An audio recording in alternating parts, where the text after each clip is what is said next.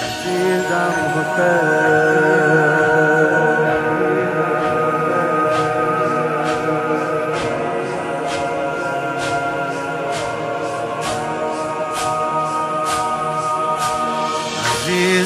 حسین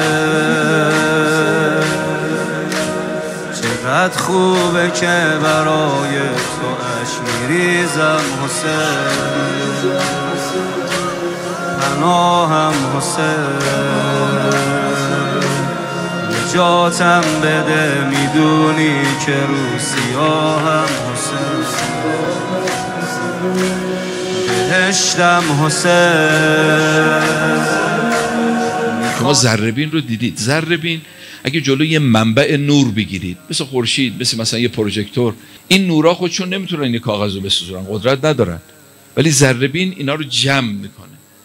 ولی خدا این نورهای پراکنده رو، خوبان رو جمع میکنه، قدرت درست میکنه، پنجه تو پنجه ظلم میگذاره. بهارم حسین به اندازه تو هیچکی رو دوست ندارم حسین امیرم حسین توی اونی که تو دنیا براش میمیرم حسین.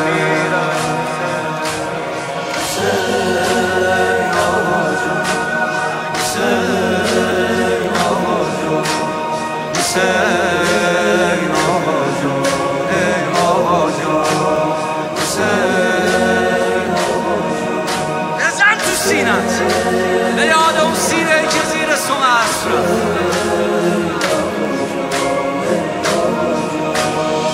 دست قاتل اگه به سرش برسه آخ خدا به داد ما یه دخترش برسه. عزیزم حسین